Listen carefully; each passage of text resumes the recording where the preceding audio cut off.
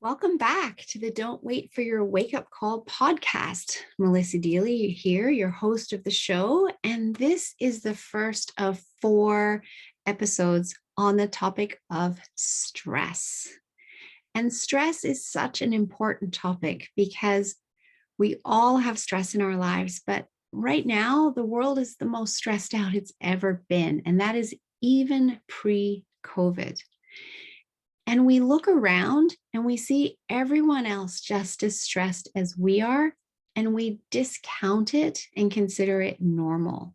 But the level of stress that we're all functioning under due to our busy do, and go lifestyles is actually negatively impacting our health. And so I want to talk to you about this today because when we know better, we do better. And this may be something that you're not familiar with, all of the different ways that stress is negatively impacting our body and our health. And don't get me wrong, there is good stress. What we want are healthy levels of stress, not to be stuck in a state of chronic stress. And good stress is that stress that you feel when you're standing at the starting line, ready to compete in a race. Or maybe you're sitting down at a piano and you've got an important concert and an audience out there and you're going to be playing for them. That stress, that those butterflies in your stomach, that's a good stress. And there are stresses in our lives that can bring us joy, but they are still packing on or stacking the stresses into our daily lives. For instance, planning a wedding, very, very stressful, but it's leading towards something joyful. But in the moment of doing all of that planning on top of everything else, it's stacking stresses onto us.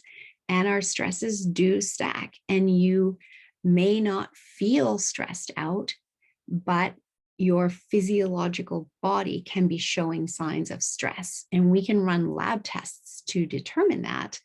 And as I get into this month of the series on stress, we will be talking more about the physiological body and the signs of stress that we see.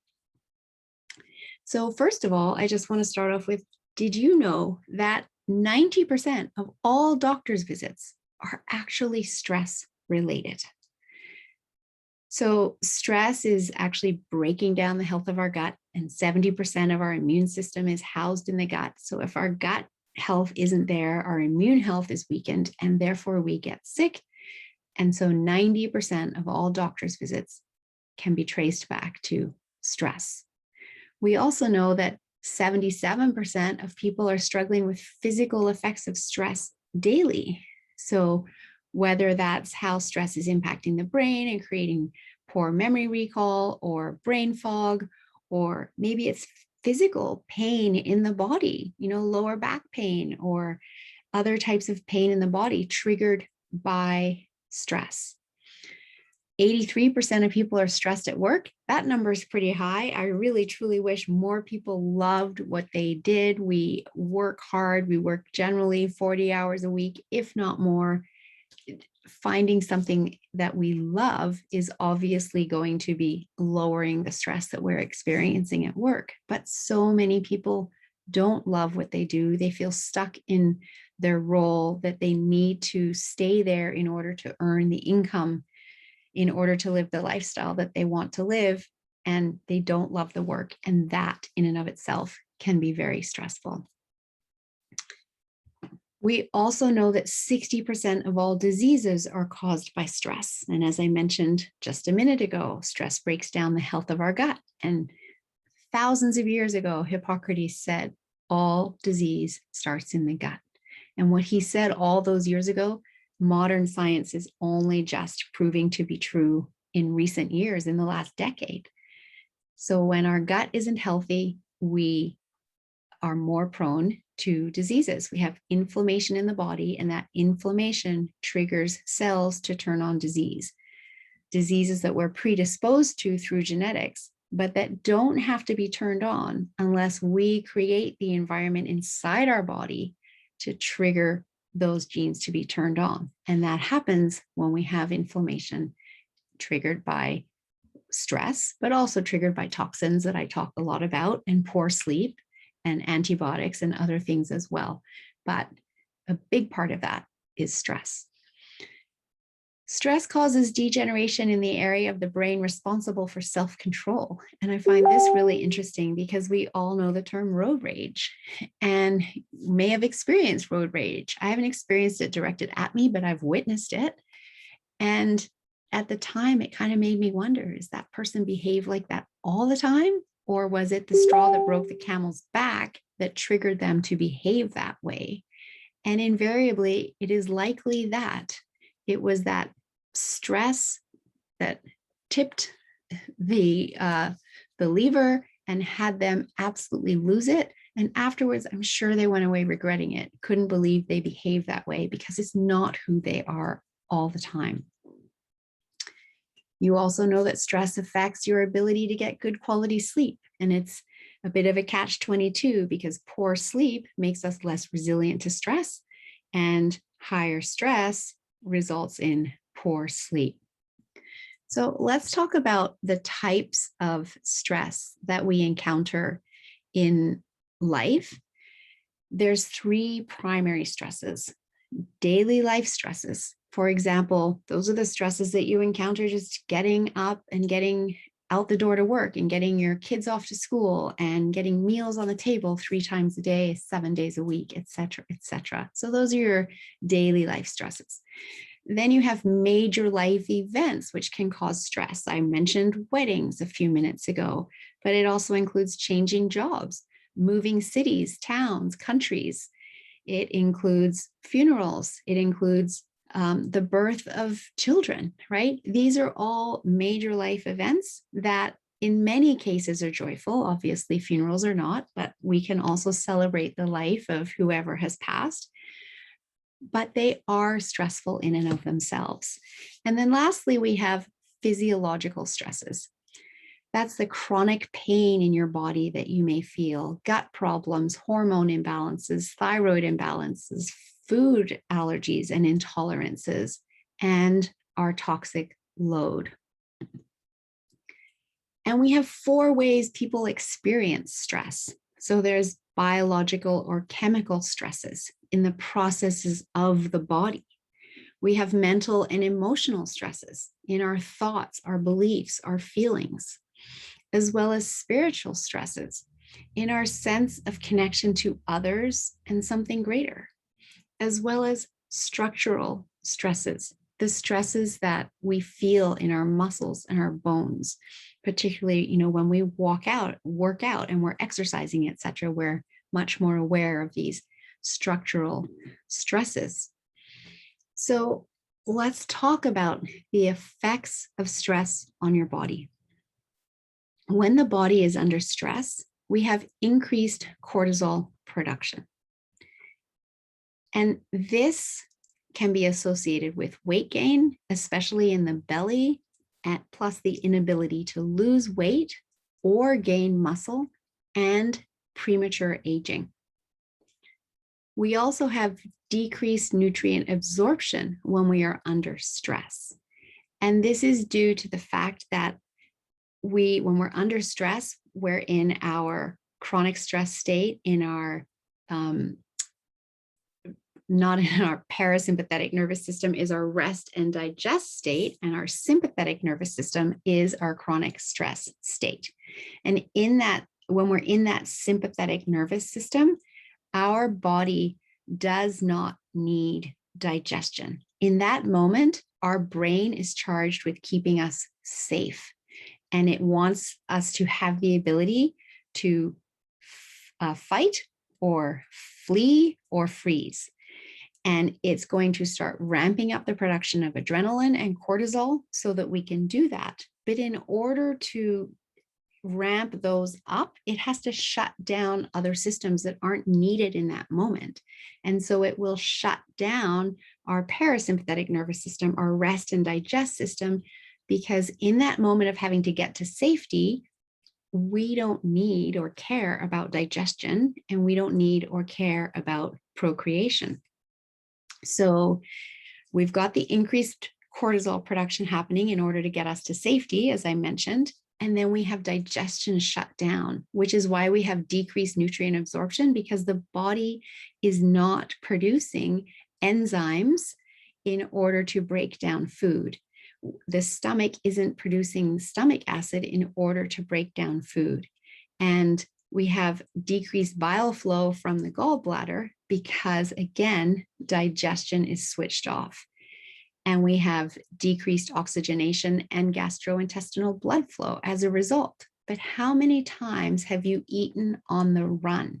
Eating under stress means we're putting food in, but the body is not actually able to break it down well. And therefore, the food that we're eating for energy isn't actually benefiting us to the extent that it should, because the body isn't able to break it down properly to take all of those nutrients and get them into the bloodstream and into the cells to provide the energy that we're looking for. And so what can happen there is we end up eating more often because we're trying to get the energy, but eating in the stress state, that isn't working, which is why weight gain can happen. But the weight gain can also be happening just because of the way that our body is working in that stressed out state, that it's also shutting down hormones that help us break down or burn fat for energy, etc. So with stress on the body, so far we have increased cortisol production, we have decreased nutrient absorption, we also have increased nutrient excretion. So because the body is not breaking down those nutrients well enough, we're losing those nutrients through our urinary tract. So we're losing really important minerals that the body needs, such as calcium, magnesium, potassium, zinc, chromium, selenium, and various micro minerals. And so under the stress, we are losing these minerals that are needed, and then the body can get imbalanced there as well. And again, we have an excellent lab test. It's just a snipping of your hair. You send it into the lab, and it shows me what all of your mineral levels are, and not only whether you're depleted, but also whether they're in balance with one another, which is really important as well. We also have decreased gut flora populations under stress. So as I've said a couple of times, high stress is breaking down the health of our gut microbiome. And that's happening because healthy intestinal bacteria are destroyed by stress. And that can lead to immune problems because, as I've said, 70% of the immune system is housed in the gut, as well as skin disorders, further nutrient deficiencies, and further digestive distress. High stress can result in increased salt retention, which can lead to increased blood pressure. It can also result in decrease in our thermic efficiency. That's our body's ability to burn calories is diminished under stress. Again, under stress, our digestive system is not even switched on. We also have a decrease in thyroid hormone production, which can lead to a further decrease in our metabolic activity throughout the body, which can then lead to the body holding on to more calories and not burning them because it's thinking that it has to save them for later. It's getting into survival mode, and it's trying to stretch out the time over which we have energy. So it's saving some for later. That results in us not burning enough calories compared to what we're putting in, and further weight gain. High stress can lead to an increase in blood cholesterol, and stress by itself will raise LDL levels. And we don't obviously, some cholesterol is good, but it's always everything in balance. We can have an increase in blood platelet aggregation, which is a major risk factor in heart disease. We can also have a decrease in sex hormones. As I've talked about, when we're in that chronic stress state, we're shutting down procreation, which can result in lower sex drive, low energy, and even decreased muscle mass. We have an increase in inflammation that I've talked about, and this is the basis for many significant ailments, including brain and heart disease. Like stress, we have a healthy level of stress and we have chronic stress that we don't want. Inflammation's the same. We can have a healthy level of inflammation, the inflammation we need to heal a sprained ankle, a cut finger, etc.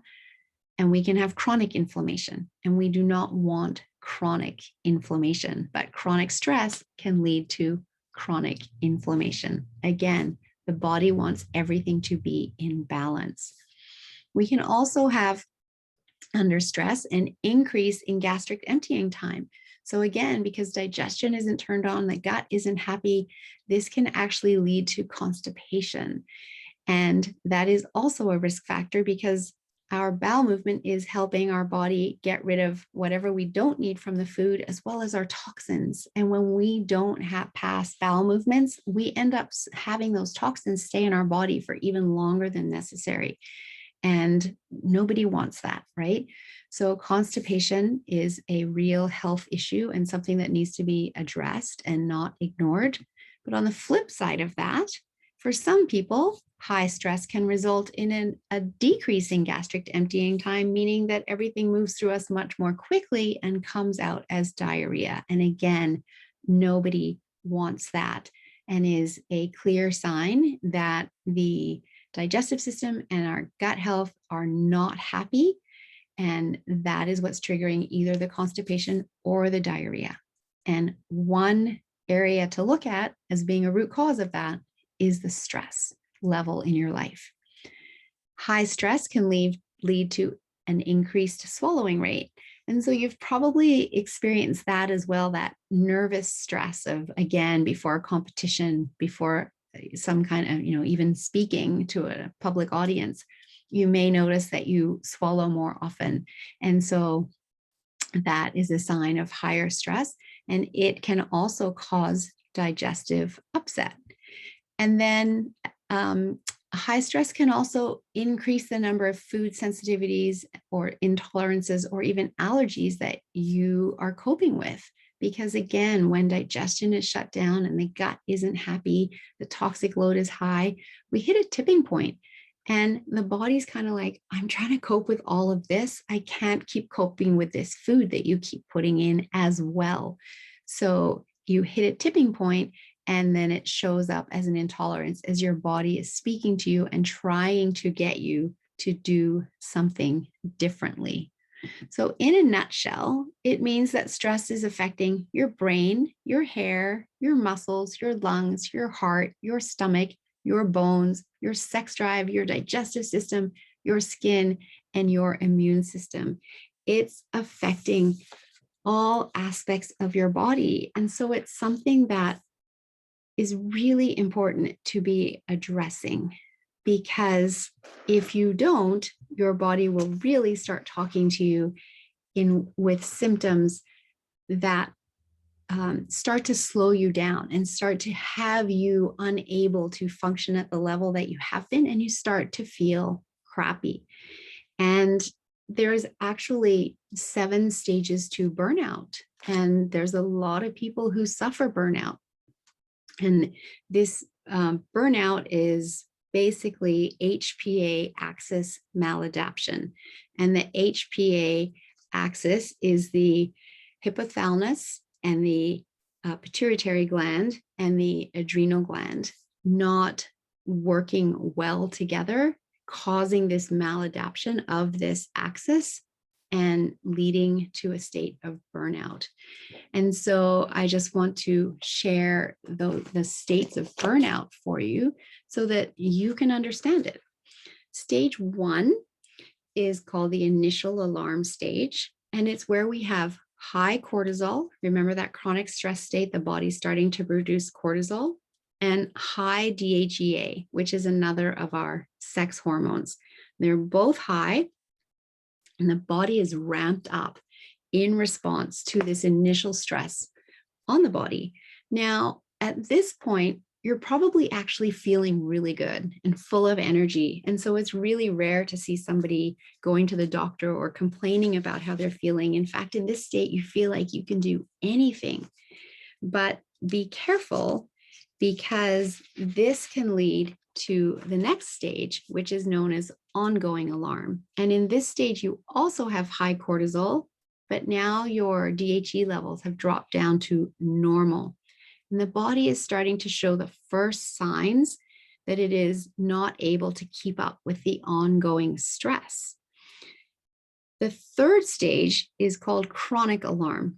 And this is where we have high cortisol and low normal DHEA. And the body is really starting to slow down with and not able to keep up with this chronic stress.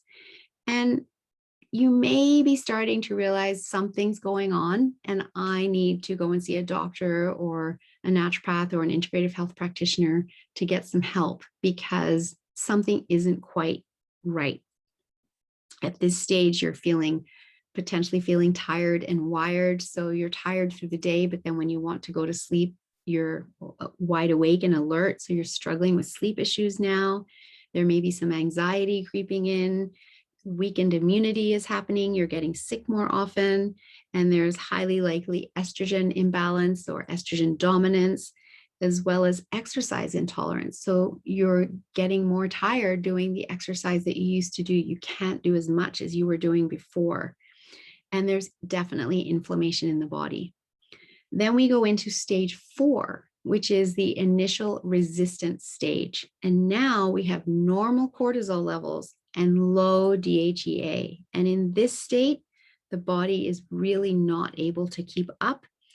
And it's quite confusing, this state, because, again, people aren't feeling quite right, but it can be hard for doctors to diagnose based on your symptoms. And again, that's where lab testing can come in so that we can truly see what's going on with all of your sex hormones, all 4 cortisol markers throughout the day to see what's up.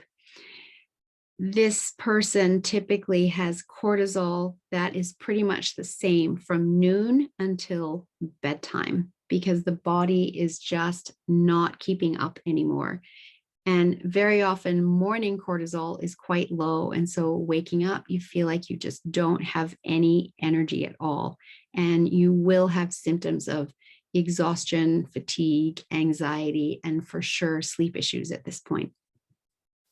Stage 5 is called ongoing resistance.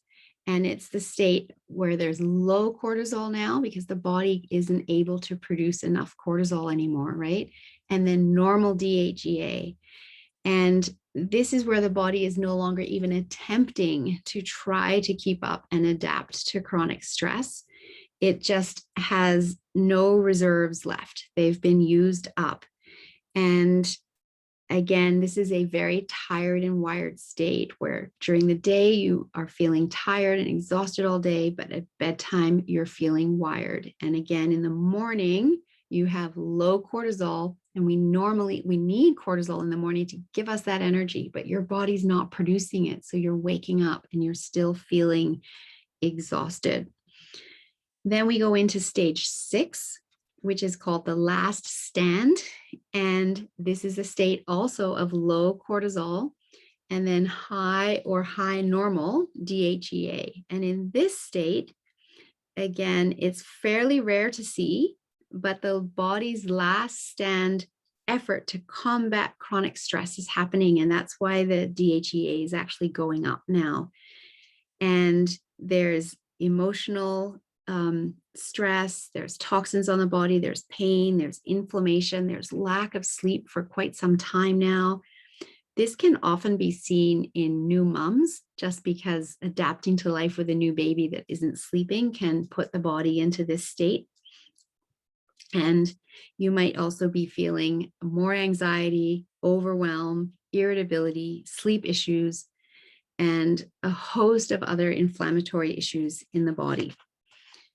And then stage 7 of burnout is simply called exhaustion. And this is where we have low cortisol and low DHEA. The body's HP axis has actually shut down, and neither DHEA or cortisol levels are being elevated enough to meet the stress demands on the body. The good news is that we can come back from this state. The human body is incredible. It is designed to heal. It wants to heal, but we have to create the environment for it to be able to heal. And when we do that, and we very gently guide the body back to full health, and it is a gentle process from burnout because the body is just so exhausted. We can't just do everything at once. It's too much for the body to be able to cope with. So we have to take it on a step-by-step basis to guide the body back for all of our hormones to be back in balance. And at the same time, we have to be addressing those chronic stress triggers to lower them and mitigate them, because otherwise we can never get the body back to a state of balance. But again, running labs to see exactly where things are at for you, and then figuring out the right protocol to gently guide your body back into balance absolutely can be done. And next week, I have a guest on the show that is sharing a really incredible online tool that will help you address where all of the stresses are coming into your life from different aspects of your life, and guide you. And it guides you through a protocol in order to be able to address the stresses on your life, while we are also supporting the body with natural herbs and supplements to help the body sleep. And when we get the body sleeping, the body becomes more resilient to stress. You have more energy. We help the body calm late in the day so that it can get to sleep. If needed, we help boost energy in the morning to give you some get up and go so you can get through your day. And over time, we can bring the body back into balance. We can replenish the minerals that your body has lost through these stressed times in order to bring the body back into balance. So don't ever believe someone who tells you that you can't heal. You absolutely can heal from this. I'm not going to tell you it's easy. I do highly recommend a guided journey, and to take it slowly so that you're not putting the body into more overwhelm by trying to do too much at once.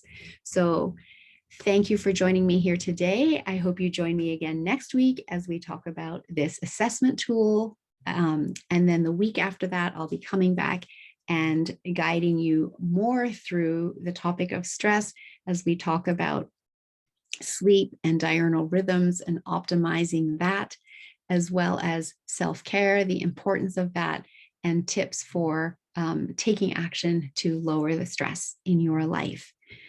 So thank you very much for joining, and see you next week. And if this episode is something that you feel you could help someone else by sharing, I do invite you to please do that.